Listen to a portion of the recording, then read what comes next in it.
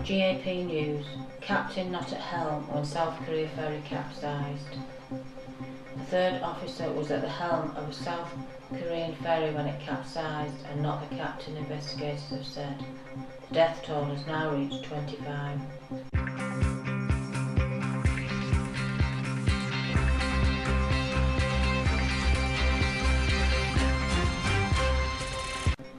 Also on the programme, Geneva talks, key points on Ukraine crisis. 9 dead and many missing after Everest avalanche. And another earthquake hits Rutland area in East Midlands. Welcome to GAP News at 5, I'm Nicola Pendlebury. There is still no official explanation for the sinking, although the government has launched a formal inquiry. The ship, built in Japan 20 years ago, was following a well-travelled route. Although the wider area has rock hazards and shallow waters, they were not in the immediate vicinity of its usual path. The vessel, carrying 475 passengers and crew, capsized on Wednesday during a short journey from the port of Incheon to the holiday island of Jeju. Chong Hai Chin Marine Co Limited, based in Incheon, issued a brief statement via local media apologising for the accident but has no further comment. The ferry has a capacity of about 900 people and an overall length of 146 metres, 480 feet. Shipping records show it was built in Japan in 1994.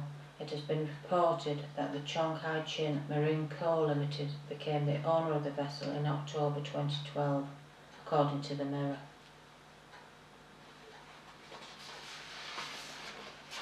Leading diplomats from Ukraine, the European Union, Russia and the United States have agreed to take immediate steps towards easing tensions in Ukraine.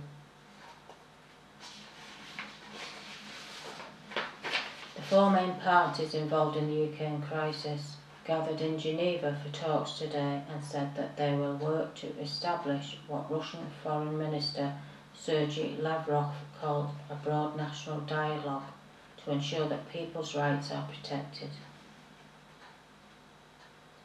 The agreement, reached after 7 hours of negotiation, requires all sides to refrain from violence, intimidation or provocative actions. It calls for the disarming of all illegally armed groups and for control of buildings seized by pro-Russian separatists during the protests to be turned back over to authorities. Coming up on GAP News.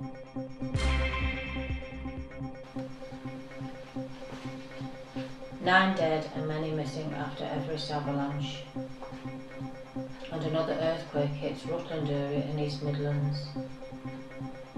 All that after this short break. We'll see you then.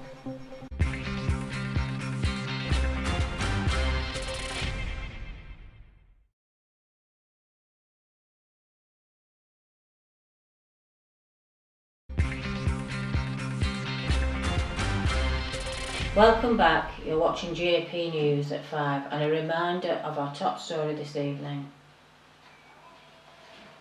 Investigators have said the third officer was at the helm of the South Korean ferry when it capsized and not the captain.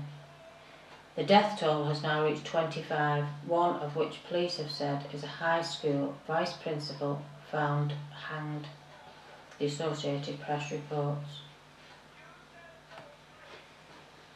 An avalanche that swept down a slope of Mount Everest at the beginning of the main climbing season has killed 9 Nepali mountaineering guides, a tourism ministry official said. The avalanche hit the most popular route to the mountain's peak and 3 Nepali guides were injured and some people may be missing. Tilak Rampande, an official at the ministry's mountaineering department, said, A senior official at the ministry said helicopters and rescuers on foot had been sent to the site. And finally tonight, another earthquake has struck the Rutland area of the East Midlands, 24 hours after a tremor which shook houses for around 10 seconds. The latest quake struck the Oakham area at around 7:50 a.m. today. Rutland locals have been taken to Twitter all morning to say how the 3.5 earthquake affected them. Nottinghamshire and England cricketer Stuart Broad also told of his mum's cup of tea being spilt.